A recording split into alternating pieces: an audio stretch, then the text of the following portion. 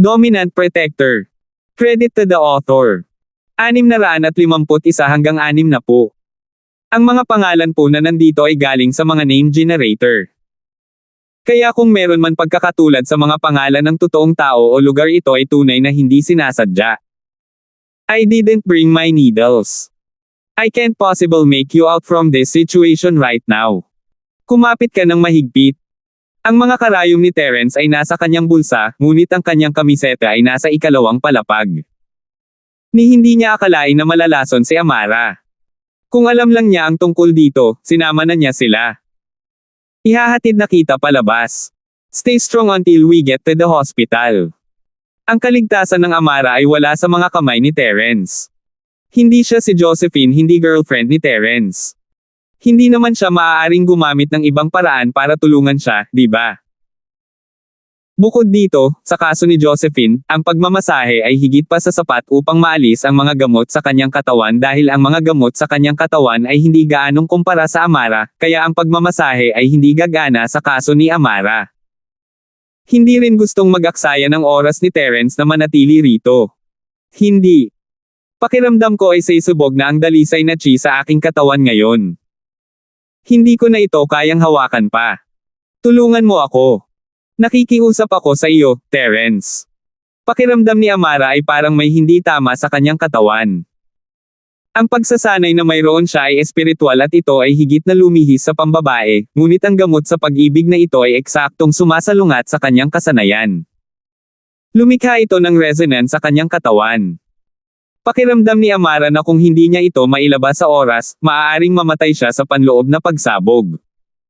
Purong chi sumasabog. Hindi alam ni Terence na may ganitong side effect ang love drug. Hindi pa siya nalasan ng gamot na ito noon at para kay Josephine, siya ay isang ordinaryong tao lamang. Natural, hindi niya malalaman na ang sitwasyong ito ay mangyayari kay Amara. Napakaganda ba ng reaksyon ni Amara dahil isa siyang practitioner? Enan, bilasan mo? Tulungan mo itong Miss Braindead. Nakikiusap ako. Mangiyak-ngiyak na si Amara. Bagamat tutol siya sa ideya ng pagmamakaawa kay Terence dahil sa kanyang kahihiyan, ito ay mas mabuti kaysa mamatay. Sa sandaling ito, ganap na nasira si Amara.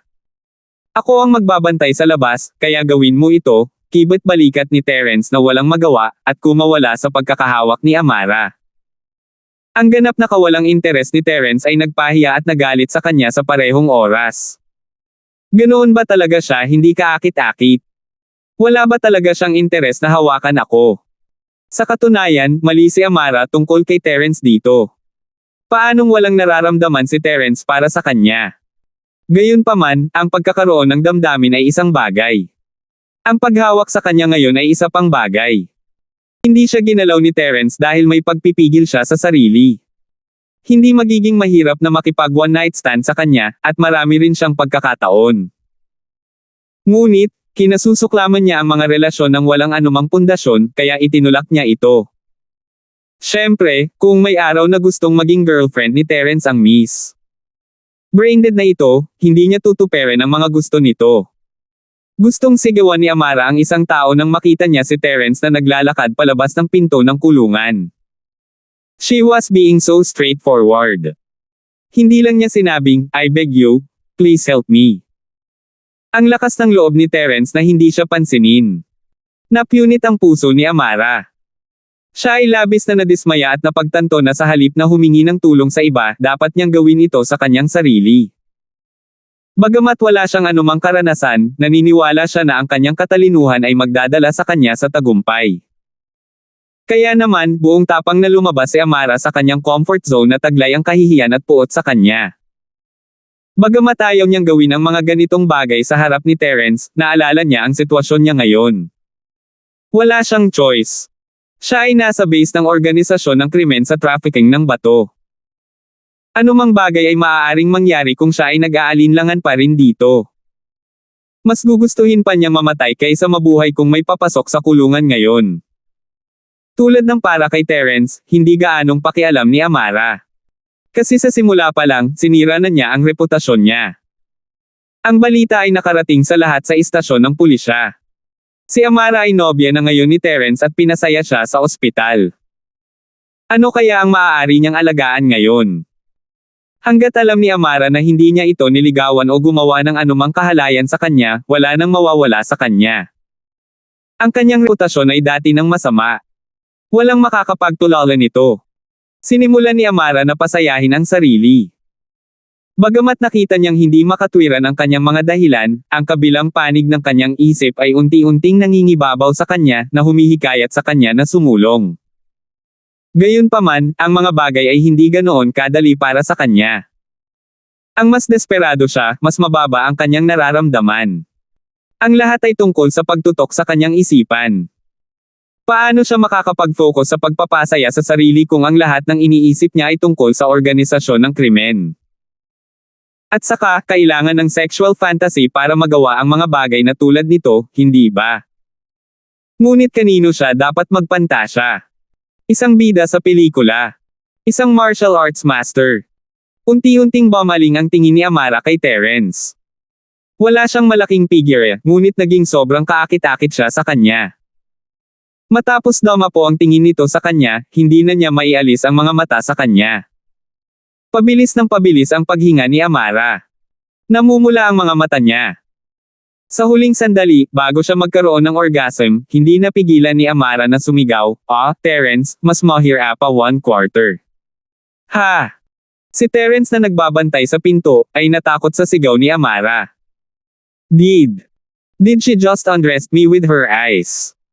Matapos magkaroon ng kanyang orgasm, lumabo ang mga mata ni Amara. Nakahiga siya sa lupa habang nagpakawala ng ilang mabibigat na hininga para pakalmayan ang sarili. Hindi makapaniwala si Amara na ang kanyang first time ay nasa ganitong uri ng sitwasyon. Hindi niya kayang tingnan si Terence ngayon. Masyadong nakakahiya para sa kanya. Sinigaw pa niya ang pangalan ni Terence sa kanyang climax. Paano siya nabubuhay sa ganitong kakulaitan? Tapos ka na ba? Tumalikod si Terence at naglakad patungo kay Amara upang makitang nakabukaka pa rin siya. Nakababa pa rin ang kanyang pantalon, at nakabukas ang kanyang bra. Napakaseducing ng mukha niya. Medyo nagpatibok ng kaunti ang puso ni Terence. Inalis ni Terence ang kanyang mga mata, alanganin. Ayaw niyang magkaroon ng mga ganoong kaisipan ngayon. Gayunpaman, ito ay isang hindi may kikaila na katotohanan na si Amara ay may napakakurba na figure. Bawat bahagi ng kanyang katawan ay nasa tamang sukat. Ang isang babaeng nagsasanay ay talagang pambihira. Mabilis na nagbihis si Amara nang makita niya si Terence na naglalakad, ngunit wala siyang lakas. Hindi siya makagalaw kahit isang pulgada mula sa kinatatayuan niya ngayon. Ngunit, iyon ay isang matinding orgasm na mayroon siya. Lalo na nang sinisigaw niya ang pangalan ni Terence ng malakas. Pakiramdam niya ay lumilipad ang katawan niya sa hangin. Parang sabay-sabay na nilabas ang purong chi mula sa kanyang katawan. Ito ay ginawa sa kanya ng lubos na nakaka-relax. Ang pagkilala na nakita na ni Terence ang kanyang hubot-hubad, at ngayon lang siya nakagawa ng mga nakakahiyang bagay sa harap niya, wala na siyang magagawa, di ba? Para sa isang batang babae na makitang nakahubad ay medyo normal, ito ay isang oras lamang. Ang mga kababaihan ay nakatakdang harapin ito sa madaling panahon. Wala namang dapat ikahiya, di ba? Yup. Don? Give me a hand? Hindi ako makabangon. Tinatimad na iniunat ni Amara ang kanyang kamay. Nakita niya si Terence na kumunat ang kanyang kilay at idinagdag, Goodman, pwede mo bang tulungan itong miss? Braided dito. Pagod na siya. 652. Walang magawa si Terence. Nasira ba ang utak niya matapos malanghap lahat ng love potion? Hindi siya napahiya. Iniunat ni Terence ang kanyang kamay upang hilahin siya pataas, at sinimulan ni Amara na hilahin ang kanyang pantalon pataas at ibinaba ang kanyang bra, ngunit ang kanyang panlabas na damit ay punit-punit. Ito ay hindi nagamit. Nang isipin niya ang kanyang kasalukuyang sitwasyon, hindi maiwasan ni Amara na malungkot. Ano kaya ang iisipin ng team niya sa kanya kung makita siyang ganito? Malamang na mawala ang lahat ng dignidad niya, hindi ba? Hoy, saan ka pupunta? Pahiram ng coat mo, okay. Hindi na maiparinig ni Amara ang kanyang sarili tulad ng dati. Hindi na siya ito, ngunit wala siyang pagpipilian. Ito ay isang nakakondisyon na reflex na reaksyon. Kailangan niyang maging magiliw kay Terence. May nakatago na pinhole camera dito. Kung ayaw mong mag-viral, itago mong mabuti. Inihagis ni Terence ang isang maliit na appliance kay Amara. Ito ay isang miniature recorder, at ang data sa loob ay hindi nakalink sa iba pang CCTV. Mayroon itong sariling imbakan kaya hindi na kailangang mag-alala tungkol sa kumakalat na impormasyon. Nagulat si Amara nang matanggap niya ang appliance mula kay Terence. Bahagyang namumula ang kanyang mukha, ngunit nagtanong pa rin siya dahil sa kanyang pagkamausisa, ayaw mong itago ito para sa iyong sarili. Ha! Mahinang ngumiti si Terence. Pakiramdam niya ay walang kabusugan si Amara. Pagkatapos makakuha ng 1 pulgada, gusto niya ng 1 paa. Mabilis siyang naglakad patungo kay Amara, naglalarong itinaas ang kanyang panga. Ito ay isang pabago-bagong kilusan. Nililigawan siya nito, gusto mo ba talagang mag-enjoy ako ng ganyan? Tinaas ni Amara ang kanyang kilay. Gusto niyang lumaban, ngunit laking gulat niya, wala siyang ganang kalabanin ito. Nagustuhan niya ang paraan ng pakikipaglaro ni Terence sa kanya. Si Amara kaya ay isang masochist. Nagkaroon ba siya ng fetish para sa pag-abuso? Bahagyang ngumiti si Amara, kung gusto mo talaga, miss. Braindead here doesn't mind give you a spectacular performance anytime you want, like just now. Sinusubukan talaga ni Amara na maging sarcastic dito, ngunit pagkatapos sabihin ito ng malakas, napagtanto niya kung gaano ito kahanga-hanga. Mukhang talagang nag-e-enjoy siya sa paggawa ng mga ganoong bagay. Sa katunayan, hindi alam ni Amara kung nagustuhan niya ito o hindi, ngunit ang pagsasabi nito ay napakaganda ng pakiramdam niya. Isang fox, tama si Yasi. Talagang isang fox si Amara. Mabilis na niluwag ni Terence ang kanyang panga. Ang babaeng ito ay medyo mabangis, ngunit sa tamang panahon, ang kanyang malandi na ugali ay hindi mapapantayan. This is the Crime Organization's HQ. Nagawa ko na ang dapat kong gawin, and I believe that you can settle the rest yourself, right? Medyo hindi komportable si Amara kay Terence, nakalanghap siya ng maliit na bahagi ng love drug, kung tutuusin. Bakit hindi na bumalik sa katinoan ang babaeng ito at napagtanto na isang mapanganib na trabaho ang ginagawa niya ngayon? Hindi ba niya alam na kahit may asterisk siya sa kanya ngayon, pareho lang iyon? Walang signal dito, pwede mo ba akong palabasin, please? Hinayla ni Amara ang kamay ni Terence, ipinapaikot-ikot ang kanyang kamay na parang batang babae. Talaga? Hindi ko alam yon. Walang kamalay-malay na hinanap ni Terence ang kanyang telepono sa kanyang bulsa, ngunit ang kay Jerwin lang ang nakita niya. Isa itong espesyal na idinisenyong telepono, tulad ng isang walkie-talkie. Nakakita na si Terence ng teleponong tulad nito dati dahil sa dati niyang trabaho, ngunit ginamit ang teleponong ito para sa isang espesyal na layunin. Ito ay espesyal na idinisenyo upang makipag-ugnayan sa iba nang hindi nangangailangan ng mga signal. Ang teleponong ito ay katulad ng anumang karaniwang mga telepono sa merkado.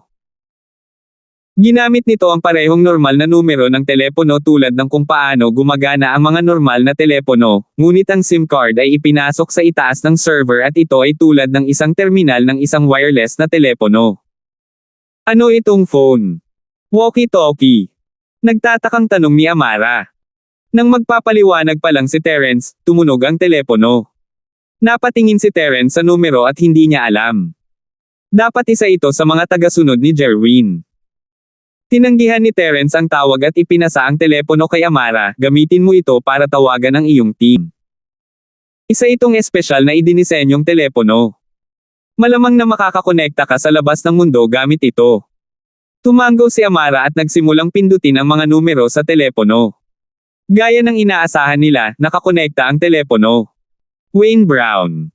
Ito ay Amara Song. Hinihiling ko sa iyo na kumuha ng mga reinforcement upang palibutan kaagad ang numero 1 pabrika sa TriStar North Street. Kabisado na ni Amara ang address noong dinala siya rito, ngunit nawalan siya ng malay matapos makapasok sa selda. Ngayon, gayunpaman, nabawi ni Amara ang kanyang karaniwang matalas na pandama. Dahil dito, bahagyang nagulat si Terence. Tinapos ni Amara ang tawag at tumingin kay Terence, hindi ka na nagpapakita ng sarili mo, tama? What's the point of asking when you know the answer? Are you brain dead? Tanong pabalik ni Terence. Yeah, I'm your Miss Braindead. So what? Nakaawang tumingin si Amara kay Terence, ibigay mo sa akin ang iyong Amerikana, okay? Nagdududa ako na gusto mong makita ng mga tao ang iyong bagay na ganito, hindi ba? Hindi nakaimik si Terence. Kailan lang naging bagay si Amara? Gayunpaman, binigay pa rin niya ang coat ni Jerwin sa kanya, aalis na ako. Tama.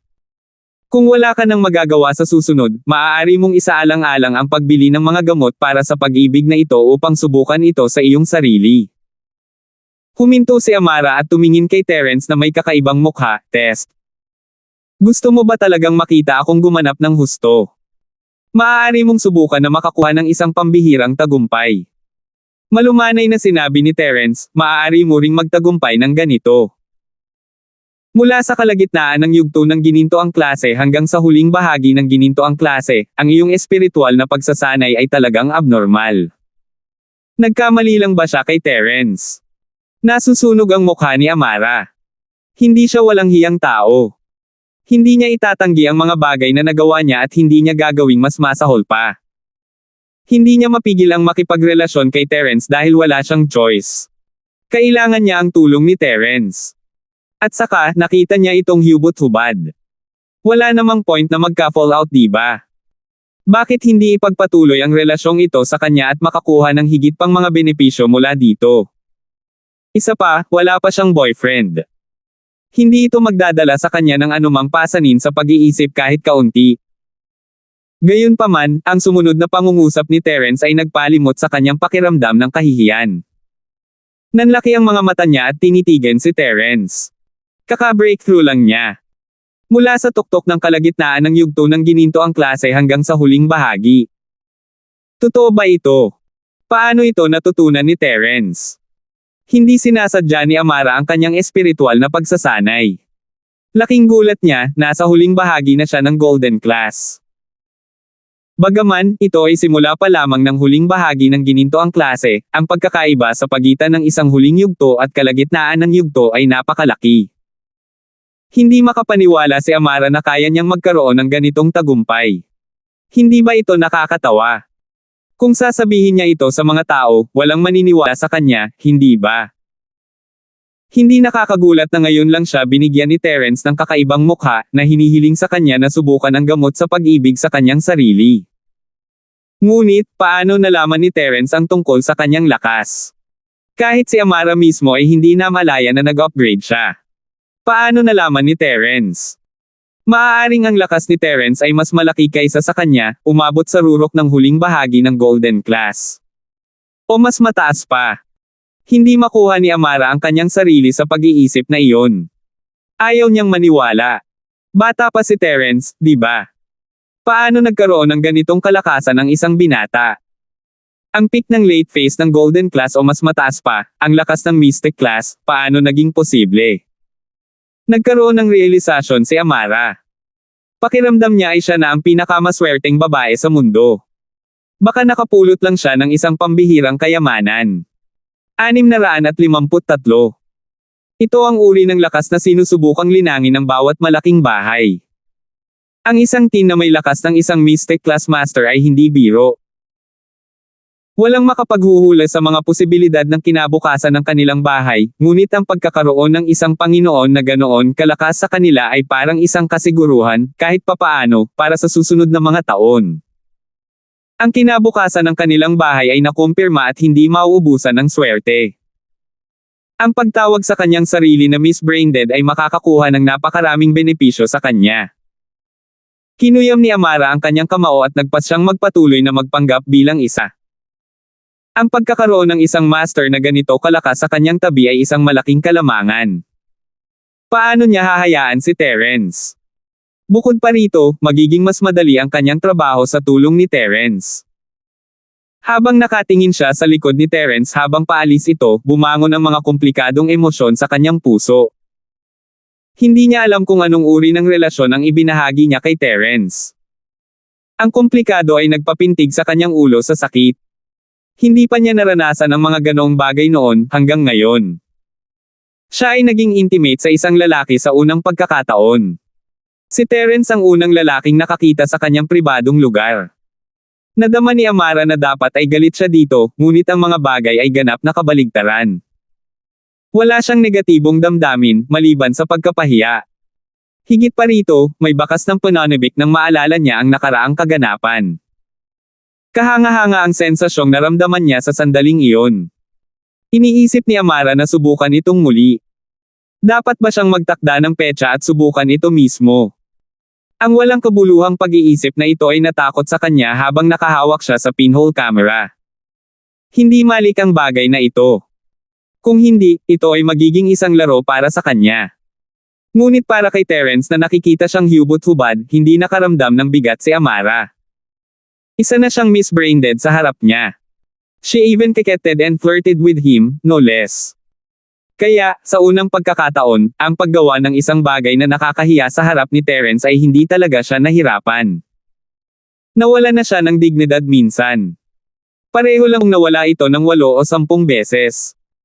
Sa lalong madaling panahon, binaliwala ni Amara ang pangyayaring iyon sa kanyang isipan at nagsimulang mag-isip tungkol sa huling boss ng organisasyon ng kidney trafficking. Sa ganang kanya, madaling maaresto ni Terence ang utak, ngunit hindi niya ginawa iyon. Sa halip, ang tanging layunin niya sa paglusot sa lugar na ito ay iligtas lang siya. Kilalang kilala ni Amara si Terence. Siya yung tipo ng tao na hindi gagawa ng mabubuting gawa at hindi magpapakatanggi sa mga taong hindi niya kilala. Ngunit dahil dumating siya para iligtas siya ngayon, naantig ang puso ni Amara. At least, hindi nasayang ang effort niya bilang Miss Braindead. May posisyon siya sa puso ni Terence. She wasn't a nobody, at higit sa lahat, hindi niya siya iniwan para mamatay. Sa pag-iisip hanggang sa puntong ito, umiling muli si Amara at pinagalitan ang sarili. Amara, patay na ba talaga ang utak mo sa sobrang tagal ng pagiging Miss Braindead? Bakit tuwang-tuwa ka sa maliit na espasyo sa puso niya? Bakit parang mga tipikal na mistresses na ang inaasta mo ngayon? Hindi, sinusubukan ko lang humingi ng tulong sa kanya, kaya kailangan ang pagbuo ng magandang relasyon.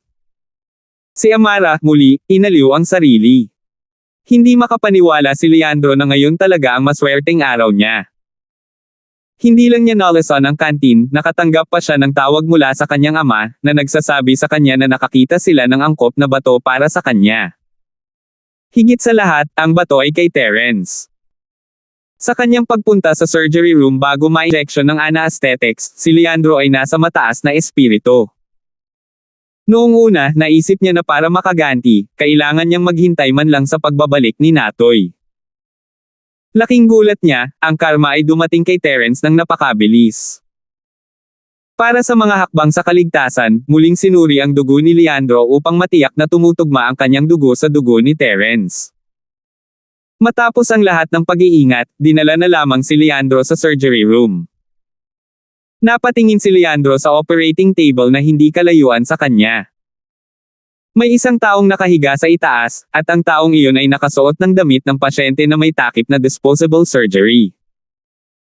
Hindi niya matukoy ang pagkakakilanlan ng pasyente sa ilaw ng surgery room, kaya ipinalagay niya na si Terence iyon. Mr. Song, I don't think that you should enter the surgery room. It's a surgery room, after all. Kahit ako bawal pumasok ng walang permiso. Paano kung pumasok ang bakterya pagpasok mo? Ayos lang kung mahawa si Terence, but your son getting infected would be a totally different story. Pinigilan ng may tato si Fabian na pumasok sa surgery room. Sige, maghihintay ako. Tumango si Fabian. Maraming salamat kay Master Ann at sa iyo sa paghahanap kay Leandro ng kidney this soon. Nagkataon lang. Nagwagayway ng kamay ang may tato. Si Leandro ay tinurukan ng pampamanhid, habang ang Terence, na talagang si Jerwin Ann, ay tinurok din ng pampamanhid. Ang surgeon ay walang pakialam o sinubukang unawain ang dahilan kung bakit walang malay si Terence. Ang kailangan lang niyang gawin ngayon ay i-transplant ang kidney mula kay Jerwin hanggang Leandro. Pagkatapos sumali sa organisasyon ng krimen ni Jerwin, ang surgeon na si Wong ay nakikipag-ugnayan sa mga bato araw-araw. Kaya, para sa kanya, ang pag-alis ng mga bato ay parang ABC. Sa madaling salita, kaya niya kahit nakapikit siya. Binuksan ng matalas na scalpel ang tiyan ni Jerwin sa isang iglap, habang ang surgeon na si Wong sa kanyang husay at karanasan ay mabilis na pinutol ang bato ni Jerwin. Ito ay talagang isang magandang bato. Hindi napigilan ng Surgeon Wong. Kung ibebenta natin ang batong ito, maaari itong ibenta sa napakataas na presyo.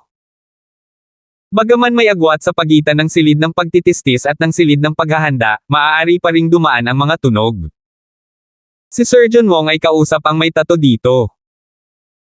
Ngunit ang operasyong ito ay espesyal na iniutos ni Master An. Ang batong ito ay ililipat sa Leandro ng libre. Kahit gaano pa kaganda ang kalidad ng bato, hindi kami pinapayagang ibenta ito. Sinadya ng may tato na sabihin na ang aming malakas para kay Fabian Song. Sinisigurado niyang maaalala niya ang pabor na ginawa nila para sa kanya, at ang utang na mayroon siya. Natato bro, makatitiyak ka. Ako si Fabian Song ay hindi isang taong walang utang na loob. Pupunta ako at bibisitahin si Master An pagkatapos nito bilang pasasalamat. Walang paraan na hindi makuha ni Fabian ang nakatagong mensahe sa likod ng mga salita ng may tato. Gayunpaman, kung ang paglipat ng kanyang anak ay naging matagumpay, hindi niya inaakalang magbayad ng ilang daang libo para doon. Hindi na kailangan. Surgeon Wong, gawin mo ang lahat sa pagkakataong ito. Ngumiti ang may tato at utos sa surgeon na si Wong. Huwag kang mag-alala.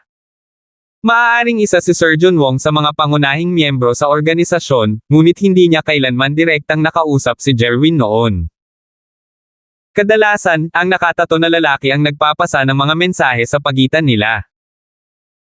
Ilang beses lang nakita ng Surgeon Wong si Jerwin mula sa isang sulok, kaya hindi niya alam kung ano talaga ang hitsura ni Jerwin.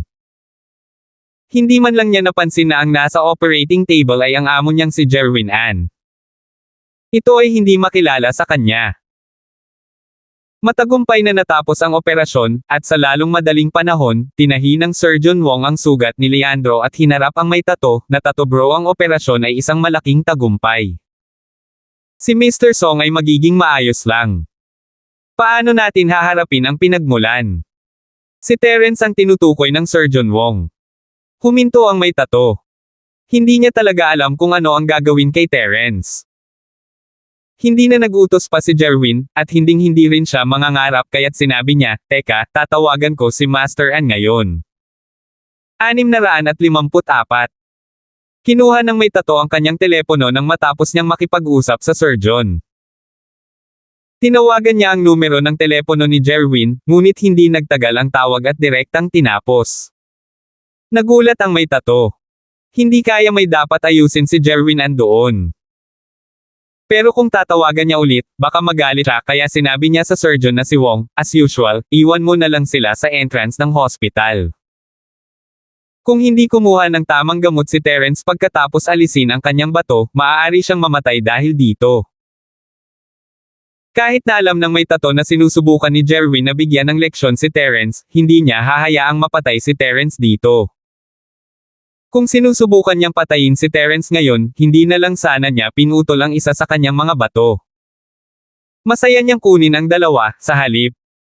Kaya nag-aalangan saglit, nagpasya siyang gamitin ang lumang paraan, ihagis si Terence sa harap ng ospital. At least, maliligtas siya doon.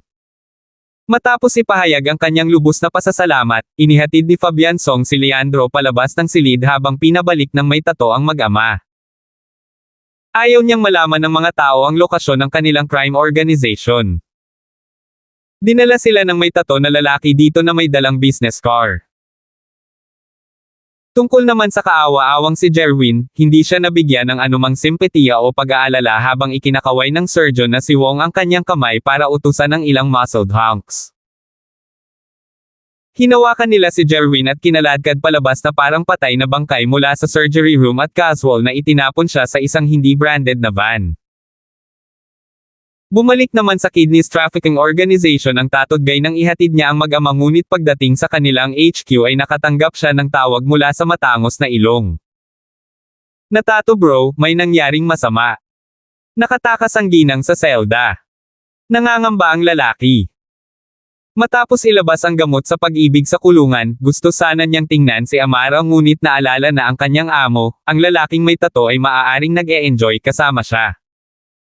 Kaya naman, pinigilan niya ang sarili niyang gawin iyon.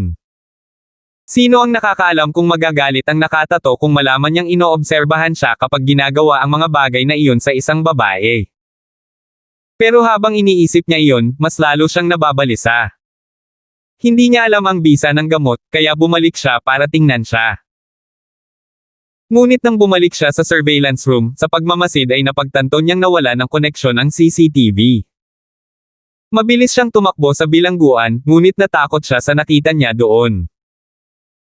Pilit na itinumba ng isang tao ang pinto ng kulungan at matagal nang wala ang preso sa loob. Wala na siyang makita. Namula ang mukha ng matangos na ilong at mabilis siyang tumawag at nagsumbong dito sa may tato, ipinaalam sa kanya ang sitwasyon niya ngayon. Nakatanggap ng tawag ang may tato nang bumalik siya sa HQ. Escape. Paano niya nagawa iyon? Huwerte. Natigilan ang may tato. Si Amara iyon ang pinag-uusapan nila, ang kapitan ng pangkat ng kriminal na pulis. Hindi ito biro. Ano ang mangyayari sa kanilang HQ kung matagumpay na nakatakas si Amara sa lugar na ito at bumalik kasama ang kanyang koponan dito? Kailangan ba talaga nilang iwanan ang HQ na ito ngayon? Hindi ko rin alam. Sira ang CCTV sa kulungan. Maingat na sabi ng matangos na ilong. Di ba sabi ko sa'yo ipagdamot mo siya? Paano siya tumakas? Galit na galit ang may tato. Hindi kaya nakalimutan ng lalaking ito ang kanyang trabaho. Ginawa ko ang utos mo. Naglabas ako ng love drug sa kulungan at binigyan ka ng kasiyahan kasama siya. Sino ang nakakaalam na makakatakas pa siya ng ganoon? Ngumiti ng pilit ang matangos na ilong habang sinasabi iyon. Ano? Bakit mo siya binigyan ng gamot sa pag-ibig? Sino ba ang nagtanong sa iyo na ay droga siya niyan? Galit na galit ang may tato nang marinig ang ginawa ng matangos na ilong. Isang gamot sa pag-ibig sa Amara. Wala na ba talaga siya sa isip? It was you. Hindi maintindihan ng matangos na ilong ang sitwasyon. Hindi niya alam kung ano ang ginawa niyang mali, hindi mo ba sinabi sa akin na ay droga siya? I told you to drug her with knockout gas, not a love drug. Halos lumuwa ang mata ng may tato. Paanong ang lalaking ito ay magdedesisyon at ipagpalagay ang lahat ng mag-isa? Ah! I thought you mentioned using that girl. So I assumed that you want me to drug her with a love drug. The sharp-nosed guy felt wrongly accused. Moherf asterisk sacker. Nagkakagulo tayo ngayon. Pagkatapos pakinggan ang rason ng matangos na ilong, alam ng nakatato na misunderstanding lang iyon. Hindi niya pwedeng ibigay na lang sa kanya ang lahat ng sisihin dahil alam niyang hindi rin niya nililinaw ang mga bagay-bagay. Ito ang resulta ng hindi pagsasabi ng mga bagay ng malinaw, na bumubuo ng malaking hindi pagkakaunawaan. Kung si Amara ay hindi nawala ng malay, bilang isang Golden Class Master, walang paraan na hindi siya makakahanap ng paraan para makatakas. Ngunit saan siya nagpunta? Nasa loob pa ba siya ng HQ? O nakatakas ba siya sa lugar na ito? Natato bro, may nagawa ba akong masama? Alam ng matangos na ilong na hindi ganoon kadali ang mga bagay. Sa ganang kanya, ang pagkawala ng isang bilanggo ay nangangahulugan ng pagkawala ng isang bato, hindi ito dapat alalahanin. Ngunit ang reaksyon ng tato na lalaki ay nagsabi sa kanya na may malaking bagay na nangyari. Isara mo agad ang main door at hanapin mo ang babaeng iyon. Kailangang kumilos ka agad ang may tato bago pa huli ang lahat. Kung nakatakas si Amara sa HQ at nakipag-ugnayan sa labas ng mundo, ito na ang katapusan ng mundo para sa kanila. Pagkatapos niyang magutos, mabilis niyang tinawagan si Jerwin. Bago umalis si Terence sa lugar na ito, bumalik siya sa silid kung saan siya dinala at mabilis na nagpalit ng damit at inihagis ang sando at telepono ni Jerwin sa silid. Kasama ang phone ni Jerwin sa kwarto, kahit ilang beses siyang tawagan ng may tato, walang sumasagot. Nagpanik ang may tato, pero wala siyang choice. Patuloy lang siya sa pagtawag hanggang sa sinagot ito ni Jerwin. Sa kabila ng lahat, kailangan muna niyang ipaalam ito kay Jerwin at maghanda para sa pinakamasamang mangyayari. Kung hindi, wala nang makakatakas kung umabot si Amara sa pulis bago nila siya mahuli. Biglang nakarinig ng sirena mula sa labas ang may tato. Pumikit siya. Tumingin siya sa labas ng bintana upang makita ang mahigit 10 sasakyan ng pulis na nakapalibot sa HQ ng organisasyon ng krimen.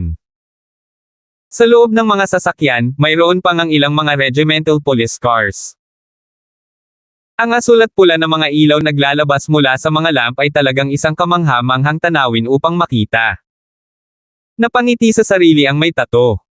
Tapos na, game over na. Ang kanyang huling pakikibaka upang iligtas ang organisasyon ay walang saysay. Nakatakas na si Amara at tinipon ang lahat ng mga taong ito dito, nakapalibot sa kanila. Sa sandaling ito, ang taong may tato ay lubos na sumuko. Hindi niya iniisip na tumakas o tanggihan ang nagawa niya hanggang ngayon. Sa napakaraming puwersa ng pulisya na nakapaligid sa kanila, maliban kung mayroon siyang kakayahang manatiling hindi nakikita, walang paraan na makatakas siya palayo sa kanila, kahit na may isang pares ng mga pakpak. Ang talagang ikinabahala ng may tato ay ang pagkawala ni Jerwin. Saan siya nagpunta? Umaasa siyang nakalayo si Jerwin sa sitwasyon at malayo sa HQ. Hanggat ligtas si Jerwin, ayos lang na mahuli siya. 655. Pananagutan para sa isang pagkakasala. Noong unang sumali ang may tato sa Hausan at tumulong sa Firewolf Gang na itayo ang organisasyon ng krimen, alam niyang darating ang araw na ito maaga o huli. Gayunpaman, ang positibong bahagi ay hindi tinatrato ng Hausan ang mga taong nagsilbi sa kanila, sa katunayan, medyo bukas palad ang pagtrato sa kanila.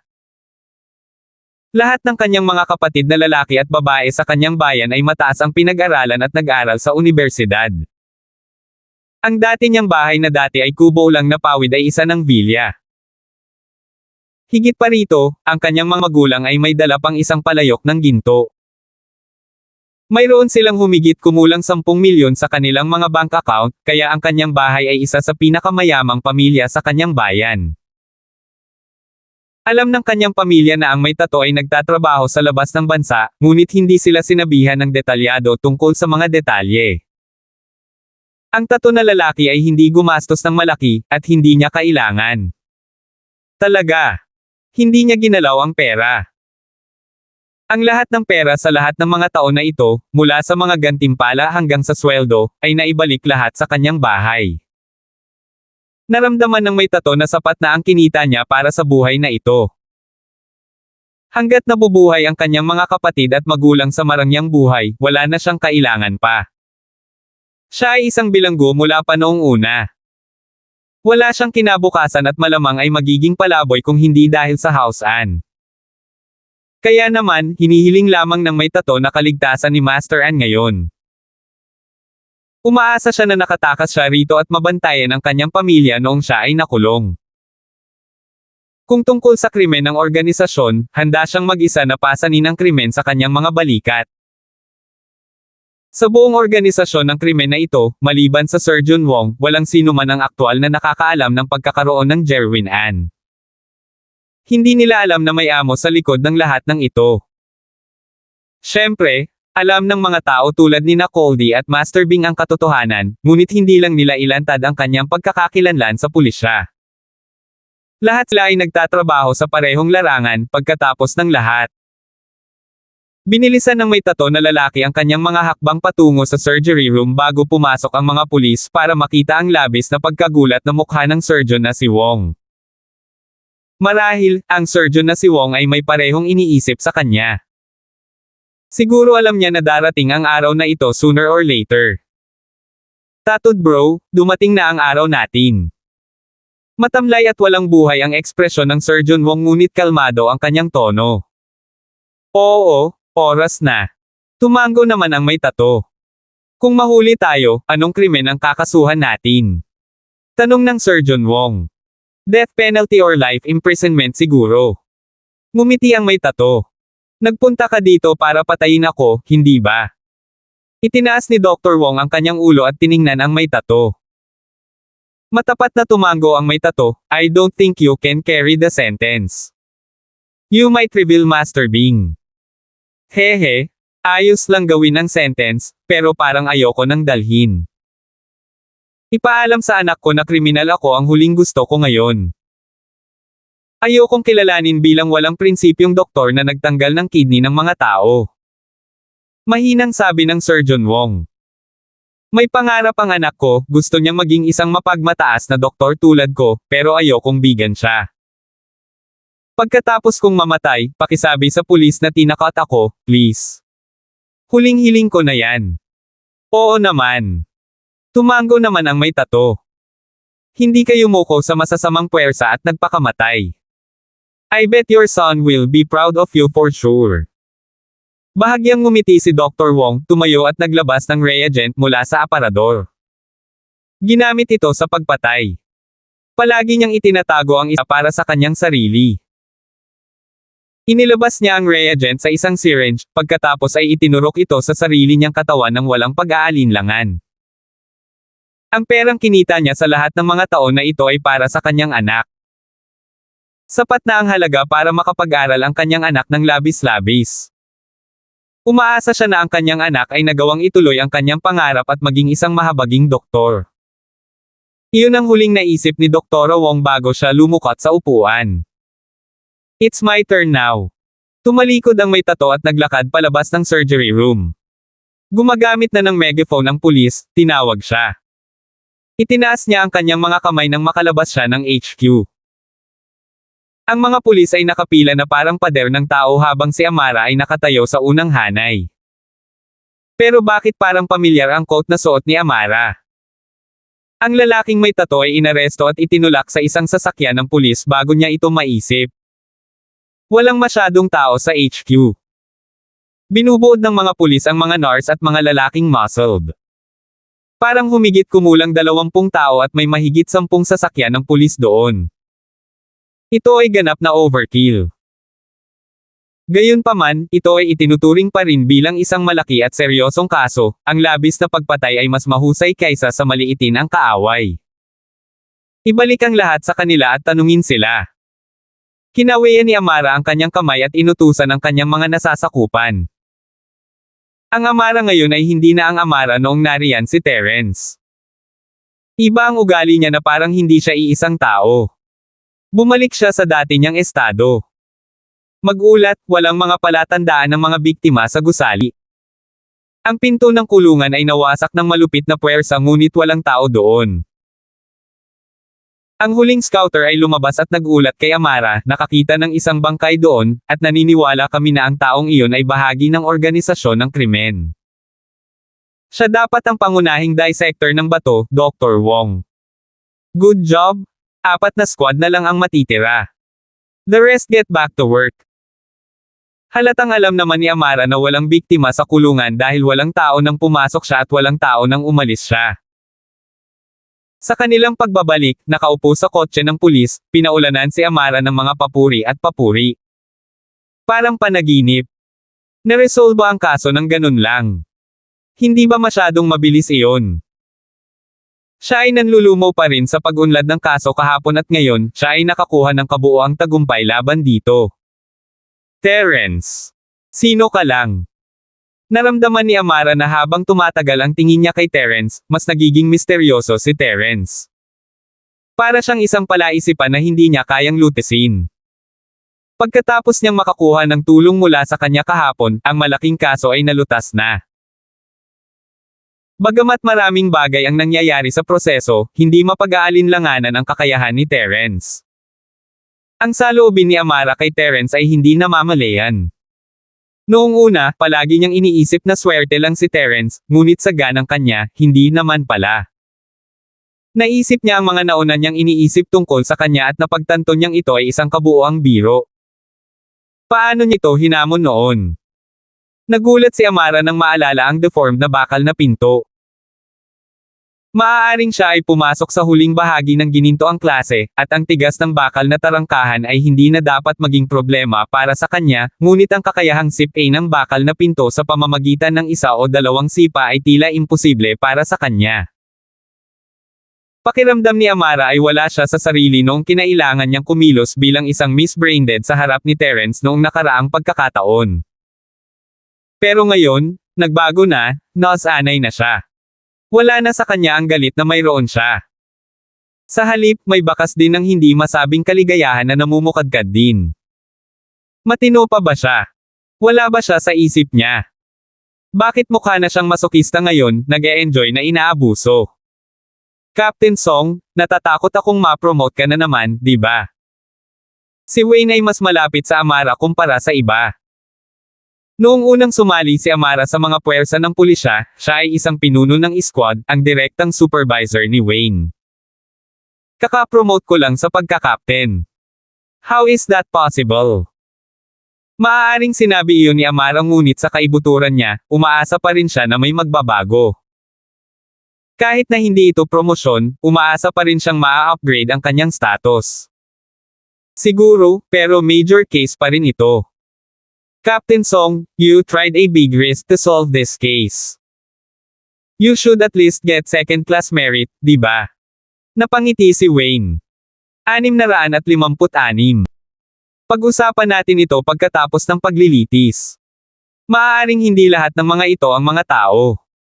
Baka may mga isda na nakalusot sa lambat. Pakiramdam ni Amara ay masyadong maayos ang lahat. Ang mga nagkasala ay hindi man lang sinusubukang lumaban kahit kaunti. Nag-alala ito kay Amara. Wala silang kasamang mga hostage at ang mga pulis doon. Halos imposibleng makatakas ang mga nagkasala, ngunit naramdaman pa rin ni Amara na may kakaiba sa kanila. Lalo na ang pangunahing kidney dissector, si Dr. Wong. Bakit siya nagpakamatay? Napilitan ba siyang magpakamatay, o sarili niyang kagustuhan? Ang mga ito ay isang bagay na kailangan nilang sabihin sa mga detalye, kaya para sabihing matagumpay niyang nalutas ang pangunahing kaso, ay masyadong maaga pa. Walang ganang kumain si Cheryl. Kahit na sinusubukan niyang tapusin ang pagkain, ito ay 6 na pinggan na may sabaw, pagkatapos ng lahat. Paano niya maaaring tapusin ang mga ito? Ang pagkakaroon ng ilang kagat dito at mayroong higit pa sa sapat upang siya ay busog, kaya't inaliw niya ang sarili sa pamamagitan ng pagkain ng ilang kagat sa lahat ng mga pinggan. Hindi bababa sa pantay na nainom niya ang lahat ng nutrients. Ito ay isang malusog na balancing dieta. Sino ang nagmamalasakit kung nakita ni Josephine na nag-aaksaya siya ng pagkain? Hindi bababasa, si Cheryl, mismo, ay masaya tungkol dito. Sa puntong ito, tumigil si Cheryl, ibinaba ang kanyang chopsticks, at sinabing, Yasi, busog na ako, bumalik na tayo sa silid-aralan. Oh, pero hindi mo ba ubusin ang pagkain? Tinuro ni Yasi ang pagkain sa mesa. Nope, I'm at my limit already. You wouldn't want to see me become you last time, right?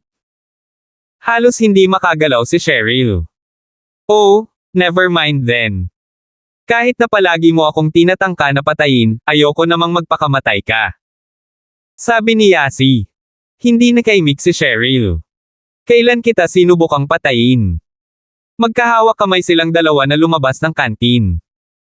Itinaas ni Miss ang kanyang ulo nang madaanan nila ang mesa ni Josephine. Wala siyang pakialam kahit tingnan si Josephine. Si Willa, sa kabilang banda, ay pumulupot sa kanyang mga labi, bakit ka umaarte na parang natapos mo ang lahat ng ito? Tingnan mo, sinabi ko sa iyo, napakasayang. Hindi nasiyahan si Cheryl sa komento, ngunit hindi niya ito pinansin. Ito ay hindi isang bagay na maaaring malutas sa loob ng kalahating oras. Tsaka ang daming estudyante ngayon sa kantin. Ayaw maging katatawanan ni Cheryl sa kanila. Bumalik sa silid-aralan, parehong kinuha ni Cheryl at Yasi ang aming MP4 at nagsimulang manood ng mga cartoons. Tuwing hapon, kapag libre sila, pareho silang naglilibang dito. Cheryl sis, dumating ba si Leandro at inistorbo ka kamakailan? Hindi sanay si Yasi. She could always get some benefits out of Leandro noong hinahangaan pa siya ni Cheryl. Ha! Mismo na siya. Kung wala si Leandro sa paligid, hindi magiging mas masaya si Cheryl. Oh, dahil hindi ka na niya ginugulo, ibig sabihin hindi na kailangan si Shield bro. Aalis na siya sa pwesto niya bilang Shield ngayon. Walang ganang sabi ni Yasi. Napatigil si Cheryl sa sinabi ni Yasi. Hindi niya naisip iyon noon at hindi niya kailanman naisip na mag-isip sa direksyong ito. Sa katunayan, ang punto ng pagkakaroon ni Terence sa paligid, sa simula, ay upang protektahan si Leandro. Ngayong natapos na ni Terence ang kanyang misyon at nakipag-away si Leandro kay Cheryl, hindi ba't natapos na ang tungkulin ni Terence bilang isang kalasag? Hindi maiwasang malungkot si Miss dahil dito. Hindi siya gumugol ng masyadong maraming oras kay Terence, ngunit hindi rin ito isang maikling panahon. Tila nasanay na siyang mamuhay kasama si Terence. Naina si Cheryl kay Yasi sa pagbanggit niyan. Kung hindi ito binanggit ni Yasi, maaaring umarte si Cheryl na parang walang nangyari, at hindi niya masisira ang kanyang utak sa pag-iisip tungkol dito. Kung gayon si Terence pa rin ang Terence na iniisip niya noon, ang kanyang tagasunod. Ngunit ngayong nabanggit na ito ni Yasi, kailangan niyang kumilos laban kay Terence, hindi ba? Siya ay isang jerk, nanliligaw sa paligid. She should fire him. Pero, hindi ba nakakaawa kung matanggal siya? Nakatira sa dayuhang lungsod, pumupunta dito mag-isa para magtrabaho.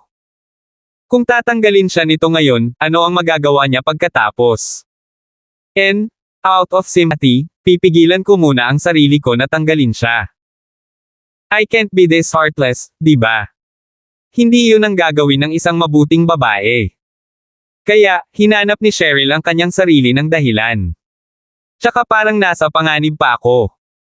Yasi, si Leandro ay matapang na gumawa ng gayong walang ingat na bagay. Hindi natin masisiguro na hindi niya gagawin iyon sa hinaharap. Nasa panganib pa rin tayo. Kailangan ng bodyguard. Nagpatuloy si Cheryl. Sa aking palagay, sa tingin ko ay nakakakuha ng passing grade si Terence para sa isang bodyguard. Gamitin na lang natin siya sa ngayon. Ano sa palagay mo? At saka, medyo nakakaawa siya, ulila at walang tirahan, simula pa lang. Ngunit maaari siyang manatili sa bahay ni Josephine. Putol ni Yasi. Galit na galit si Cheryl at tinitigan ng mga punyal si Yasi. Sinasadya ba niya iyon? Cheryl sis, bakit mo ako pinandilatan? May nasabi ba akong mali? Nako, alam ko na. Gusto mong tamaan si Cheryl bro, kaya hindi mo siya mapapayagan na manatili sa bahay ni Josephine. Ngumisi si Yasi, sa wakas natiktikan ko na ang sikreto ng kapatid ni Cheryl. Ako si Yasi, ang especially Iya 007. Asar na asar si Cheryl. Sino ang nagtangkang manakit kay Terence? Ako ang miss dito, paano ko siya tatamaan? Dapat ay baligtad. Ngunit, ang pag-alala sa malamig na balikat ni Terence ay nagpakulo ng presyon ng dugo ni Cheryl. Hindi niya alam kung bakit, pero saglit na nawala ng malay ang utak niya at nahimatay siya sa mesa. Nakita ni Yasi ang Cheryl na nakahiga sa mesa, hindi pinansin, Cheryl sis. Ngunit hindi sumasagot si Cheryl. Kinilabutan nitong si Yasi, hindi ko na iyon sinasabi. Nagbibiro lang ako. Huwag mo akong pansinin, please. Cheryl sis, anong ginagawa mo? Hindi mo pwedeng baliwalain si Yasi. I'm your soulmate, you know. Naisip ni Yasi na galit si Cheryl sa kanya, kaya't hinailan niya ang braso niya. Gayunpaman, hindi pa rin kumikibo si Cheryl. Kahit na hinaila siya ni Yasi, casual na gumalaw ang katawan niya ng konti. Naisip ni Yasi na may mali sa pagkakataong ito, Cheryl sis, huwag mo akong takutin. Ganyan ka na ba talaga kaasar? Si Shield lang ang sinasabi ko bro. Paano ka himatayan dahil dyan? Nakahiga pa rin si Cheryl sa mesa, hindi kumikibo. Wala nang pakialam si Yasi sa pagbibiro. Isang napakalaking pag-aalala ang nagsimula. Hindi niya alam kung saan nanggaling ang kanyang lakas, ngunit nagawa niyang buhatin si Cheryl pataas, katok-katok ang mga bagay-bagay dito at doon habang siya ay walang tigil na lumabas ng silid-aralan at tumakbo patungo sa silid ng infirmary. Ang tunay na potensyal ng isang tao ay walang limitasyon. Walang lakas si Yasi para buhatin si Cheryl, ngunit isa lang ang nasa isip niya ngayon, iligtas si Cheryl. Kaya, nang hindi nag-iisip, binuhat niya si Cheryl at nagmamadaling lumabas ng silid-aralan. Wala pang masyadong tao sa classroom, pero natulala silang lahat sa biglaang pagkilos ni Yasi.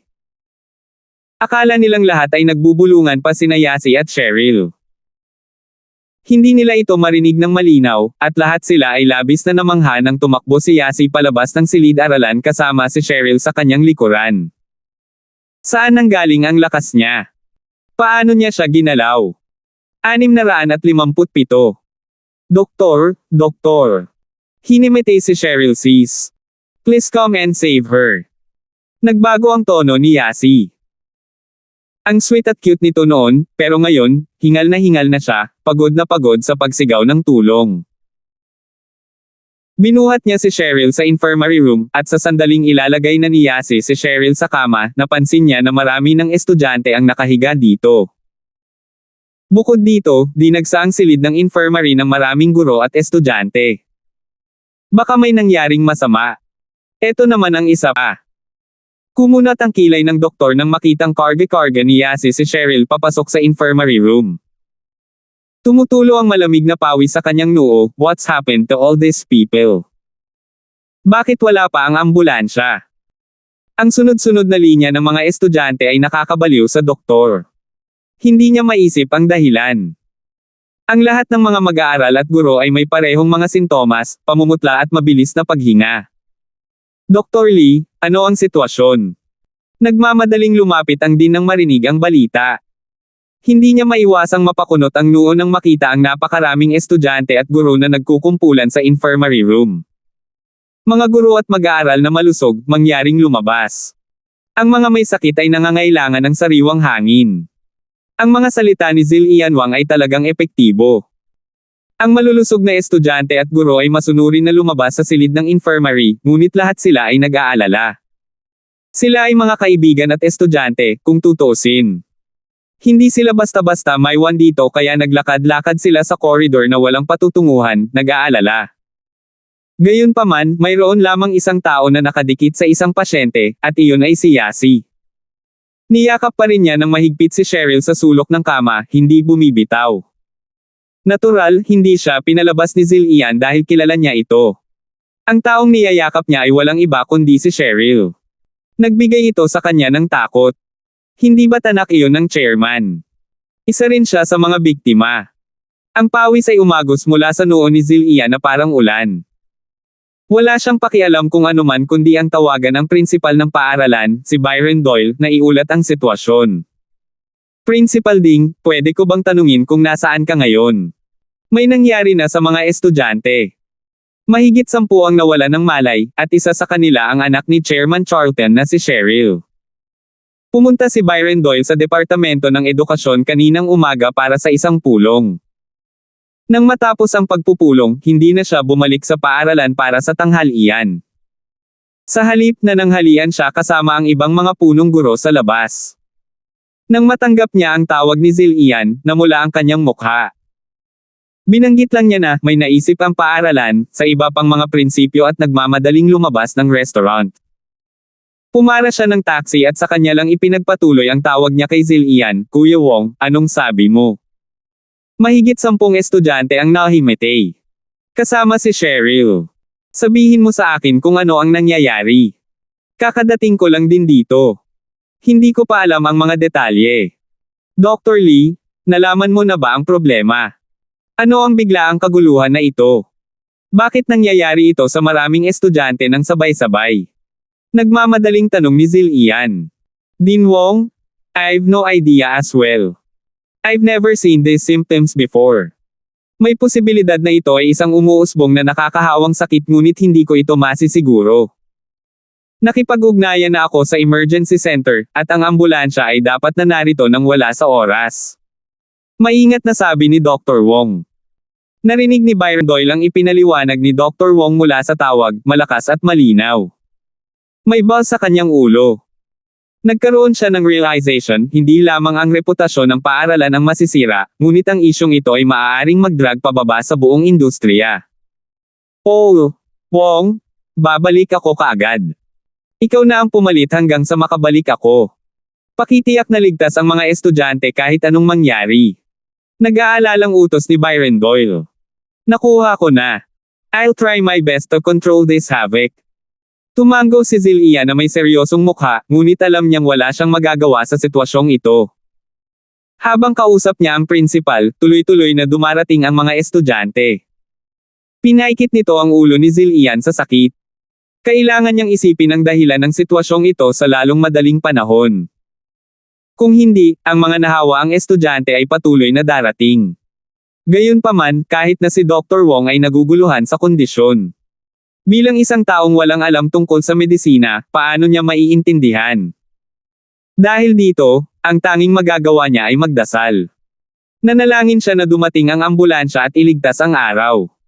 Nanalangin siya na ang mga estudyante ay makakuha ng tamang paggamot sa lalong madaling panahon. Naguguluhan si Yasi. Akala niya nahimatay si Cheryl dahil sa galit niya, pero hindi pala. Maraming tao dito ang may pareho o katulad ng mga sintomas gaya ng kay Cheryl sis. Ano na lang ang nangyari sa mga taong ito? Mas nag-alala si Yasi ngayon. Nawala ng malay si Cheryl dahil sa ibang dahilan. Si Yasi ay natakot, ngunit ang kanyang mga iniisip ay nagdala sa kanya kay Terence. Huling beses nang muntik na niyang maranasan ang kamatayan, si Terence ang dumating para iligtas ang araw na iyon. Kaya, nagpasya siyang hanapin si Terence para iligtas si Cheryl sa pagkakataong ito. Mabilis na kinuha ni Yasi ang kanyang telepono mula sa kanyang bulsa at tinawagan si Terence, ngunit pagkaraan ng mahabang panahon ng pagtawag, idinirekta pa rin siya sa voicemail box. Hindi sinasagot ni Terence ang tawag. Paulit-ulit na sinubukan ni Yasi pero ganoon pa rin. Walang sumasagot ng tawag. Stupid shield bro. Where are you? Kung may nangyari talagang masama kay Cheryl sis, I'll stop like you for real. Hindi kita mapapatawad habang buhay. Galit na wika ni Yasi sa sarili. Habang naghihintay ng pagdating ng ambulansya, mas maraming estudyante ang muling dinala sa infirmary room. May kabuuang 28 estudyante sa silid ngayon. Lahat sila naghihintay ng ambulansya. Sa oras na ito, ilang beses nang nakipag-ugnayan si Dr. Lee sa ospital, na hinihimok silang magpadala ng mas maraming ambulansya dito dahil napakaraming estudyante ang nawala ng malay. Aabutin ng hindi bababa sa 7 o 8 mga kotse na magkasya sa lahat ng mga ito. Gayunpaman, pagkatapos ng panahong ito, hanggang sa unang klase sa hapon, wala nang nasawi. Tila sa wakas ay humina na ang sitwasyon. Ito ay nagpakalma kay Zilian at Dr. Lee saglit. Dumating si Byron Doyle sa paaralan kasabay ng sasakyan ng ambulansya. Isa-isang pinasakay sa sasakyan ng mga estudyante. Natural, hindi pababayaan ni Yasi si Cheryl kaya sinundan niya ito paakyat sa sasakyan ng ambulansya. Kilala naman nina Byron at Zilian si Yasi kaya hindi na nila ito pinigilan. Kasabay nito, nanatili si Dr. Lee sa paaralan kasama ang isa pang backup na sasakyan ng ambulansya, kung sakali. Kung may nangyaring muli sa mga estudyante, mabilis niyang maipadala sila sa ospital. Cheryl sis, kailangan mong maging matatag. Mahigpit na hinawakan ni Yasi ang kamay ni Cheryl. Halos tumulo na ang luha sa mga mata niya. Siya ay labis na natakot. Paulit-ulit niyang tinatawagan si Terence, ngunit ni isang tawag ay hindi niya sinasagot. Sa unang pagkakataon, kinasusuklaman ni Yasi si Shield Bro. 658. Yasi, anong nangyari kay Cheryl? Wala ka bang balak sabihin sa amin ang sitwasyon noong panahong iyon? Si Byron Doyle ay naiinip na matuklasan ang katotohanan. Dahil wala siyang nakuhang anumang kapaki-pakinabang na impormasyon mula kay Dr. Lee at Zilian ay si Yasi na lang ang pinuntirya niya. Si Yasi ay nananatili kay Cheryl sa lahat ng oras, kaya ipinapalagay niya na mas dapat niyang malaman ang buong kwento kaysa sinuman. Gayunpaman, ang mga salita ni Yasi ay halos pareho sa iba pang mga estudyante. Pumunta silang lahat sa kantin para mananghalian at nahimatay pagkabalik sa klase hindi nagtagal. Noong una, naghinala si Dr. Lee na ang food poisoning ang dahilan ng pagkahimatay. Kung tutusin, nawala ng malay ang mga estudyante pagkatapos nilang mag-lunch break, ngunit ang pag-aakalang ito ay hindi posible, dahil kapag ikinukumpara ang mga nahimete sa lahat ng mga mag-aaral na pumunta sa kantin upang kumain ng tanghalian, mayroon lamang 28 na mga mag-aaral ang naapektuhan. Sa madaling salita, napakaliit ng posibilidad ng food poisoning bilang pangunahing sanhi ng pagkahimatay, kung hindi, bakit hindi ito nangyari sa iba pang mga estudyante?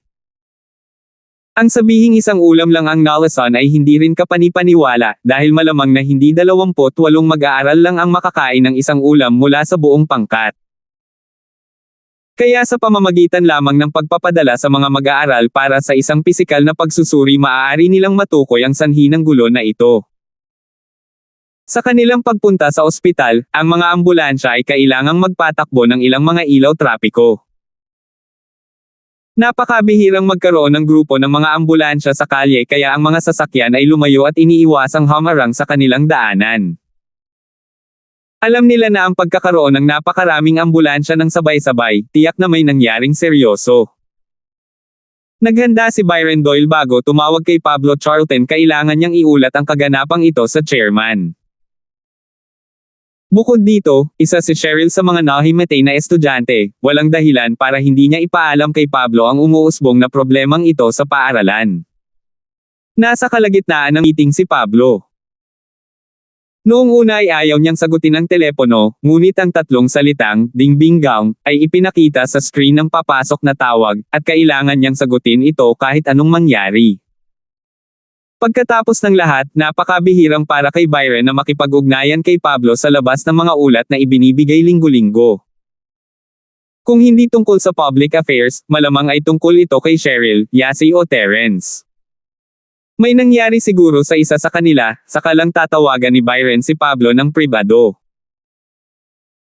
Sa pag-iisip hanggang sa puntong ito, itinaas ni Pablo ang kanyang kamay, na nagpapahiwatig sa mesa na ihinto ang pagpupulong at sinagot ang tawag, Principal Ding, ano ang problema? Nasa kalagitnaan ako ng pulong. Nilinaw ni Pengsian na kung walang seryosong pag-uusapan si Byron, dapat niyang tawagan siya sa ibang pagkakataon. Chairman Charlton, may nangyari na sa school. Mataimtim na sinabi ni Byron, sa afternoon break, mayroong 28 na estudyante ang nahimete sa hindi malamang dahilan, at isa sa mga biktima ay si Cheryl. Ano? Laking gulat ni Pablo, hindi niya namamalaya na bumangon siya sa kanyang upuan. Sabay-sabay na nahimete ang 20 mahigit na estudyante mula sa pagbubukas ng paaralan hanggang ngayon, balitang hindi pa nangyari ang seryosong ito. Kung ang seryosong kaso na ito ay hindi mahawakan ng maayos, ang reputasyon ng paaralan at maging ang tiwala ng mga tao sa loob ng mga industriya ay maaapektuhan ng husto, lahat sila ay masisira ng tuluyan. Gayunpaman, ang talagang ikinabahala ni Pablo ay ang kaligtasan ng kanyang anak. Naging bahagi ng kanyang buhay si Cheryl, paano siya magkakaroon ng mood na ipagpatuloy ang pagpupulong ng mabalitaan niyang hinimete ang sariling anak. Ikinawin niya ang kanyang kamay para paalisan ang mga tao sa pulong, dito hihinto ang pagpupulong, Fredo, sumunod ka sa akin. Oo, Mr. Charlton. Tumango si Fredo at sinundan si Pablo palabas ng meeting room. Bilang kanang kamay ni Pablo, natural, naramdaman niya ang pagkakaiba ng kapaligiran sa paligid ng Pablo, hindi napigilan ang kanyang emosyon, parang may nangyaring kakilakilabot. Sa mga industriya ng Pablo, si Pablo lang ang namamahala, ang kanyang isang salita ay parang siyam na tripod cauldrons, kaya kahit hindi sila nasisiyahan sa kanyang desisyon, walang maglalakas loob na ipahayag ito. Kakaalis ni Gerald sa mga industriya kamakailan, kaya walang paraan na hindi alam iyon ng mga bagong dugo.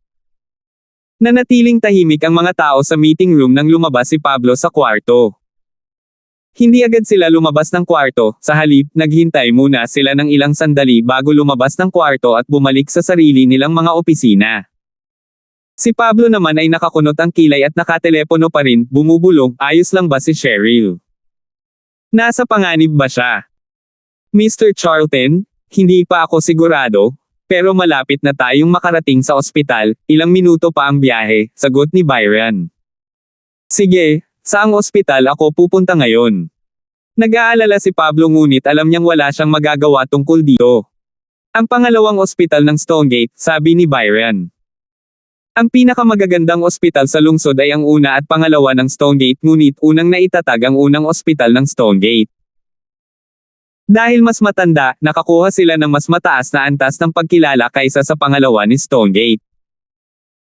Gayunpaman, ang pangalawa ni Stonegate ay talagang isang dibisyon ng una ng Stonegate, pagkatapos itinatag ng sikat na grupong medikal ng anak ni Martin Larkins ang una ng Stonegate, ang pangalawang ospital ng Stonegate ay naitatag noon.